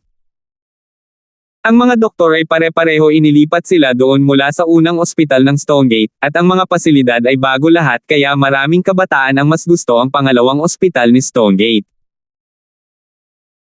Ang unang ospital ng Stonegate ay hindi nakapagpadala ng napakaraming sasakyan ng ambulansya ng sabay-sabay kaya ang pangalawang ospital ni Stonegate ang nagsagawa ng trabaho, ipinadala ang mga sasakyan ng ambulansya at inihatid ang mga estudyante sa ospital. Sige, tinapos ni Pablo ang tawag at hinarap si Uncle Fredo, pumunta na kayo sa pangalawang ospital ng Stonegate. Si Cheryl ay nahimatay, at 28 estudyante ang nawala ng malay sa hindi malamang dahilan, kailangan na nating pumunta doon ngayon din. Okay, Mr. Charlton. Narinig ni Uncle Fredo na nawala ng malay si Cheryl, mabilis niyang pinaandar ang makina at pinaandar ito ng napakabilis papunta sa ospital. Pagkaraan ng 5 minuto, huminto ang mga sasakyan ng ambulansya sa pasukan ng pangalawang ospital ng Stonegate, nakatayo na ang mga manggagawang medikal, naghihintay sa pagdating ng mga ambulansya. Mabilis nilang ibinaba ang mga nahimatay at direktang ipinadala sa emergency room. Nakadikit pa rin si Yasi kay Cheryl hanggang sa pasukan ng emergency room ngunit sinabihan na huwag pumasok sa emergency room, at kailangang maghintay sa labas ng matiyagang. Sa wakas ay binitawan niya ang kanyang pagkakahawak, Cheryl sis, kailangan mong pagtibayin ito. Sina Byron, Zillian at Yasi ay nagbabantay sa pasukan ng emergency room, naiinip na naghihintay sa resulta. Principal Ding, Dean Wong, Yasi. Nakita ni Pablo na naghihintay silang tatlo sa labas, lumakad siya ng malapad na hakbang patungo sa kanila, puno ng pag-aalala ang mukha, at kasama si Uncle Fredo sa tabi niya. Mr. Charlton. Tito Charlton. Sabay na tumawag sina Byron, Zillian at Yasi. Ngumiti ng pilit si Byron, sila ay sinusuri pa sa emergency room, hindi pa lumabas ang resulta. Tumango si Pablo na may nag-aalalang mukha, ano ang sitwasyon sa paaralan. Una, kailangan nating patatagin ito, at siguraduhin na ang mga mag-aaral ay hindi magkakaroon ng hindi kinakailangang panik sa pagitan nila. Huwag kang mag-alala, kontrolado natin ito. Tumango si Byron, pero ang mga magulang naman. Dapat ba natin silang ipaalam? 659. Siyempre, kailangan natin. Nag-isip ng malalim si Pablo, at hindi natin dapat sisihin ang iba. Kung malalaman na nagsinungaling talaga ang problema sa loob ng ating paaralan, kailangan nating bigyan ng ganap na sagot ang mga magulang. Kahit na hindi problema ng paaralan, kailangan nating gawin ang ating trabaho at iligtas ang mga mag-aaral sa lahat ng gastos. Wala akong pakialam sa mga bayarin sa medisina, ang mga industriya ko ang mananagot sa lahat. Sige, Dean Wong, iiwan ko ang pakikipag-ugnayan sa mga magulang sa iyo, tandaan na hindi ka dapat gumawa ng mga salungatan sa sinuman sa kanila, habang sinusubukan mong mapanatili ang reputasyon ng ating paaralan. Utos ni Byron kay Zillian. Oo, Principal Ding, taken ko sila ngayon din. Tumango si Zillian at nagsimulang tumawag sa paaralan para kolektahin ang datos ng mga nahimatay na estudyante. Di nagtagal, ang mga magulang ay nakatanggap ng balita at nagmamadaling pumunta sa ospital, binuha ang koridor ng emergency room ng mga tao. Ang ilang mga magulang ay nananatiling kalmado at mahinahong nagtanong tungkol sa kalagayan ng kanilang mga anak, ngunit ang ilan ay hindi nagpahalata nang magsimula silang gumawa ng kaguluhan, ano ang nangyari sa aking anak? Mabuti pa siya noong ipinadala ko sila sa paaralan, bakit sila nawala ng malay? Anong ginawa ninyo sa aking anak? Kapag may nangyaring masama sa anak ko, gibain ko ang paaralan mo. Sino ang principal? How do you handle your school? Paano nawala ng malay ang anak ko habang pumapasok dito? Guys, hindi tayo dapat nagtatalo dito, ospital ito at nasa emergency room pa ang anak mo. Baka makaapekto sa performance ng doktor ang ingay natin dito, walang magawang pakiusap ni na Byron at Zillian laban sa sumisigaw na mga magulang. So alam mo ba na pinasok sa emergency room ang mga anak natin, ha? Anong klaseng principal ka? Hinahayaan mo ang mga estudyante na mahimatay ng ganito, ano lang ang iniisip mo? Anong ginawa mo? Itinuro ng isang medyo may edad na babae si Byron at pinagsabihan. Oo, nakatanggap ba ng malupit o hindi makatarungang pagtrato ang anak natin mula sa paaralan? Namatay ba sila pagkatapos ng parusa? Kailangan nating malaman ang totoo. Dagdag ng isa pang boses. Ang totoo. Ang katotohanan. Ang katotohanan. Gusto namin ang katotohanan. Ang ibang mga magulang ay sumali, para sa kanilang mga anak na lalaki at babae, hindi nila iniisip na labanan ang paaralan hanggang sa huli. Kumunat ang noo ni Pablo, pinagmamasdan ang matinding palitan ng mga magulang. Wala siyang choice kundi ang tumayo at pigilan ang nagngangalit na mga magulang at pakalmayan ang mga ito. Lahat, mangyaring tumahimik, hayaan mo akong sabihin, ako ang tagapangulo ng mga industriya ng Pablo. So ikaw ang chairman ha? Gusto mo pa bang tumahimik tayo? Manahimik ka na lang ha? Yung mga bata sa loob hindi mo naman mga anak, syempre kaya mo namang maging ganito kalma. Si Pablo ay nagambala ng parehong nasa katanghaliang gulang na babae. I know right? Pera lang meron kayong mga chairman. Ang mga anak ninyong babae ay puro prinsesa at prinsipe, pero iba ang mga anak namin, nahimatay lang sila pagkatapos pumasok sa school. Sarkastikong turo ng isa pang magulang. Bagaman ako ang chairman ng Pablo Industries at chairman din ng paaralang ito, ang nararamdaman ko ay pareho sa inyo. Nag-aalala ako sa mga bata sa loob at ipinagdarasal ko ang kanilang kaligtasan. Ipinagpatuloy ni Pablo, kami, bilang mga magulang ng aming mga anak, ay dapat maghintay ng mahinahon para sa resulta ng pagsusulit. Hindi namin dapat gawing gulo ang lahat. Ang pagsigaw at pagmumura ay hindi makikinabang sa aming mga anak. Wow! That is easier said than done. Yung mga bata sa loob hindi mo naman mga anak, syempre nakakapagsalita ka ng ganito. The middle-aged woman tried to find every fault in him. Nag-aalala ka. I bet nag-aalala ka lang sa reputasyon ng school mo, di ba? Oo, nag-aalala ka siguro sa reputasyon ng school, di ba? Sumama ang ibang mga magulang. It's a misunderstanding. Actually, I've said before, the purpose of me standing here is the same as you guys. I'm standing here as a parent. Umiling si Pablo dahil ang anak ko, isa rin si Cheryl sa mga nahimatay. Nag-aalala ako sa anak ko dito. Kung tungkol sa malupit at hindi makatarungang mga parusa, lahat sila ay kalokohan. Sa tingin ba ninyo ay maglalakas loob si Principal Doylena tumayo dito kung talagang parusahan niya ang anak ko? Kung nangyari iyon, pinaalis ko na siya. Ang mga salita ni Pablo ay labis na nabigla sa mga magulang. Hindi nila inaasahan na ang anak ni Pablo ay isa rin sa mga biktima. Ang mga pagpapalagay na ginawa nila kanina ay ganap na hindi wasto. Tanging ang mga guro at punong guro na may mga bola at ayaw nang magpatuloy sa trabaho ang maglalakas loob na parusahan ang anak na babae ng chairman. Ang pinakamaingay na babaeng nasa katanghaliang gulang ay agad na tumahimik. Nakaramdam siya ng hiya pagkatapos magbintang sa iba.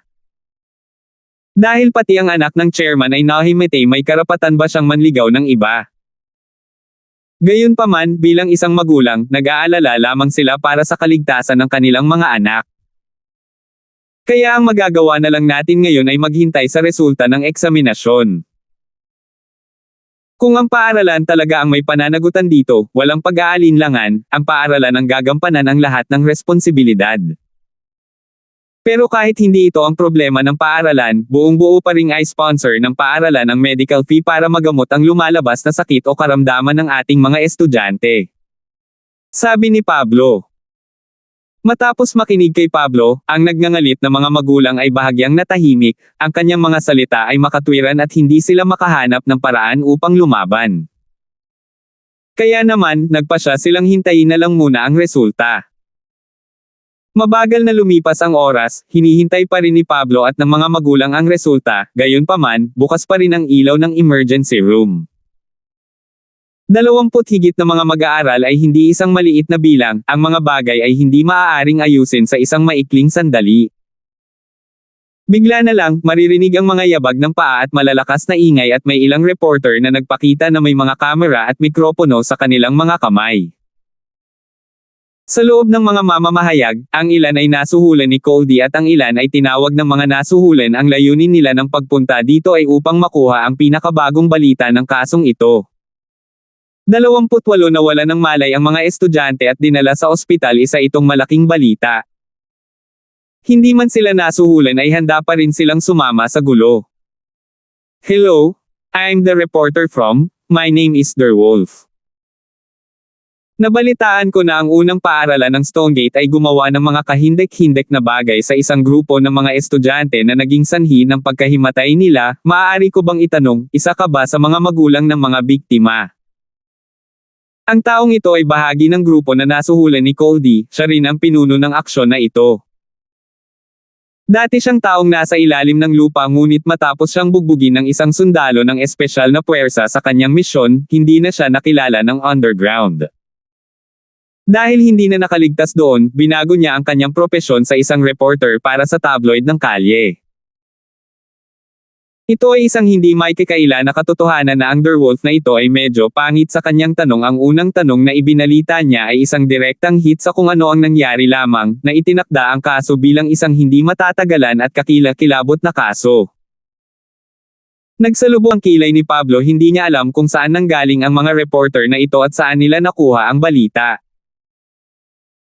Ang mga magulang ay natahimik lahat, walang nagngangalit sa huling sandali. Imposibleng nakipag-ugnayan sila sa mga reporter.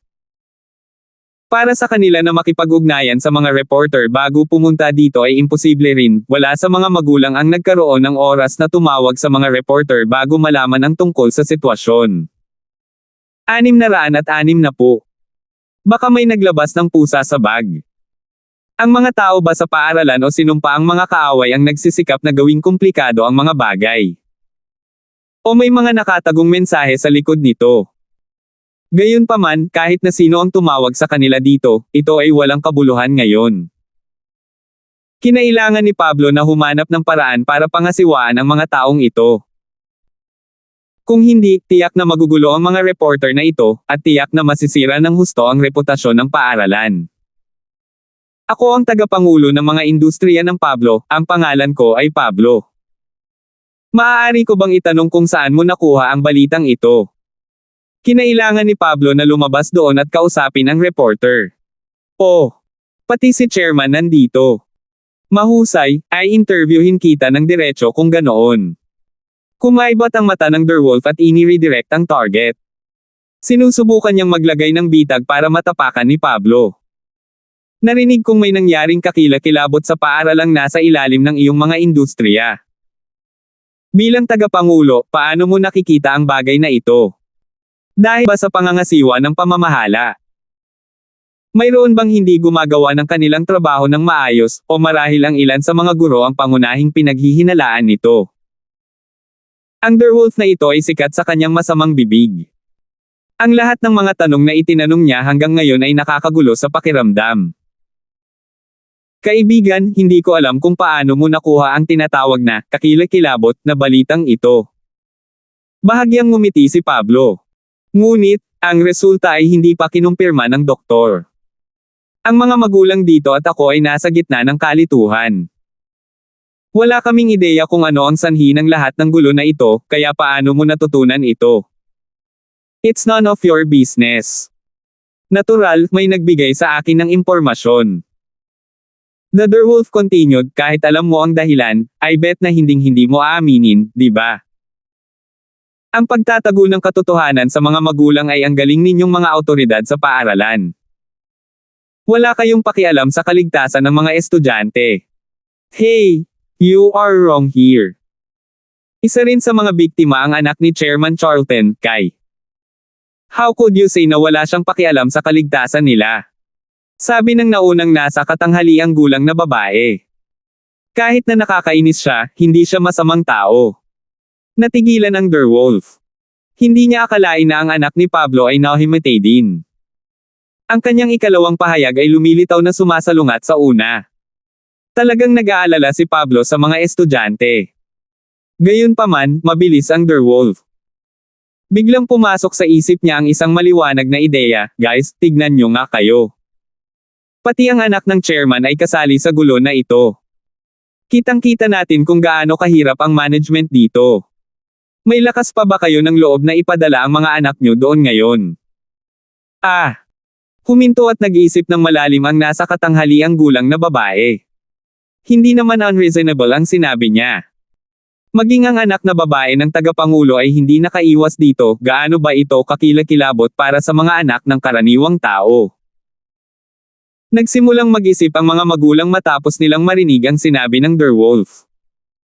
Kahit na ang anak na babae ng chairman ay nasa panganib. Gaano kalaki ang panganib na nalantad ang kanilang mga anak sa paaralan? Lahat, mangyaring huminahon. Kinaway-kaway ni Pablo ang kanyang kamay, di ba sabi ko kanina? Hindi ko alam ang totoong dahilan ng pangyayaring ito. Kahit ang school doctor ay nahirapang tukuyin ang dahilan. Ang tanging magagawa na lang natin ngayon ay maghintay ng resulta. Kung ang paaralan talaga ang may pananagutan dito, ang paaralan ang mananagot dito. At saka, ang pagsasabi ng lahat ng mga bagay na ito ngayon ay masyadong maaga.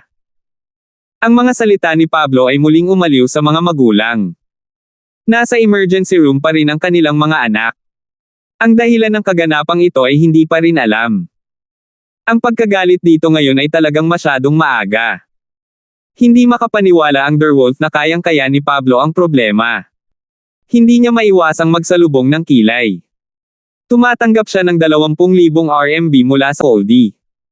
Naghanda siyang sirain ang reputasyon ng paaralan. Ang pagsuko ngayon ay hindi isang opsyon, ngunit, sa parehong oras, hindi niya maaaring sabihin na crap. Kung hindi kailanman magpipigil si Pablo, at kakasuhan niya ang kanilang opisina sa pahayagan para sa paninirang puri. Ang dapat niyang gawin ngayon ay galitin ang mga magulang. Hindi magiging paninirang puri kung ang mga komentong iyon ay galing sa mga magulang. Kinakatawan lang niya ang mga magulang, at si Pablo ay magagalit lamang sa mga magulang, hindi sa kanya. Gayunpaman, ang Derwolf ay wala sa mga trick upang laruin. Ngunit, hindi siya tanga. Nagmuni-muni siya sandali at nakahanap ng isa pang taktika laban kay Pablo. Dahil hindi niya magawang mag-trigger ng galit mula sa mga magulang ngayon, maaari na rin niyang hintayin ang mga resulta at tingnan kung maaari siyang umatake mula sa direksyong iyon. Siyempre, hindi niya alam na si Goldie ang nasa likod nito, at hindi niya alam na may maglalason sa mga estudyante. Alam niya lang na may masamang dugo sina Goldie at Pablo, at ipinadala siya dito para sirain ang reputasyon ng unang paaralan ng Stonegate at industriya ng Pablo. Matapos maghintay ng halos kalahating oras, bumukas ang pinto ng emergency room. Mabilis na lumabas ang isang lalaking nakasuot ng puting coat. Nakita niya ang mga tao sa labas ng emergency room at sinabi, "Kayo ang mga pamilya ng mga pasyente, sa palagay ko." Oo. Kamusta ang anak ko? Pinalibutan ng nakatanghaliang gulang na babae at ng mga magulang ang doktor, naghahanap ng balita mula sa kanya. Gaano man kagusto ang maunawaan ni Pablo ang kalagayan ng kanyang anak, kinakatawan niya ngayon ang mga industriya ng Pablo. Hindi siya maaaring kumilos na parang nag-aalalang ama na nag-aalaga sa kanyang pinakamamahal na anak. Ang tanging magagawa niya ay maghintay na masagot ang mga tanong ng magulang. Noon lang siya nakalapit sa doktor. Hindi maganda ang mga bagay dito. Sabi ng doktor. Noong una, hinala namin na ang mga pasyente ay nagkakaroon ng pagkalason sa pagkain, ngunit pagkatapos ng ilang mga pagsusuri, nalaman namin na walang nakakapinsala o nakakalason sa tiyan ng pasyente na maaaring mag-collapse sa kanila. Naguguluhan ang mga magulang. Kung hindi food poisoning, ano kaya ito? At ang mga sintomas ng pasyente ay ibang-iba sa iba pang mga umuusbong na sakit. Siyempre, ito ay maaaring isang bagong nakakahawang bakterya. Patuloy ng doktor, lahat ng mga pasyente ay hindi matatag at ang kanilang mga pisyolohikal na pag-aandar ay lubhang humihina. Kahit na sa tulong ng pagsasalin ng dugo, ang kanilang kondisyon ay lumala. Pinaghiwalay namin ang lahat ng mga pasyente upang maiwasan ang higit pang pagkalat ng umuusbong na sakit na ito. Hindi pa sila nakakatakas sa critical stage. On the contrary, mas lumala ang kalagayan nila. Naparalisa ang mga magulang sa balita. Ano lang ang nangyayari? Maging ang ospital ay hindi makahanap ng solusyon sa problemang ito. Sa katunayan, naiulat na namin ito sa mas mataas na awtoridad at nakipag-ugnayan sa mga medikal na espesyalista tungkol sa problemang ito. Ang konsultasyon ng isang eksperto ay isasagawa sa ilang sandali, ngunit hindi namin magagarantiya na ang isang solusyon ay gagawin sa proseso. Sabi ng doktor. Ito ang abiso ng medikal na krisis para sa mga pasyente. Pakipirma sa page ng sarili mong anak. Paunawa ng medikal na krisis. Nawala ang mga magulang. Hindi nila alam kung ano ang gagawin. Hindi sila makapaniwala na ang mga bagay ay tumaas ng mabilis hanggang sa yugtong ito. Normal lang itong nahimatay at out of nowhere, napalitan ito ng notice of critical condition. Paano kung tumanggi kaming pumirma? Gusto naming makakita ng mga bata. Boses ng mga magulang. Titigil kami sa pagtrato sa mga anak mo kapag hindi ka pumirma. Paliwanag ng doktor.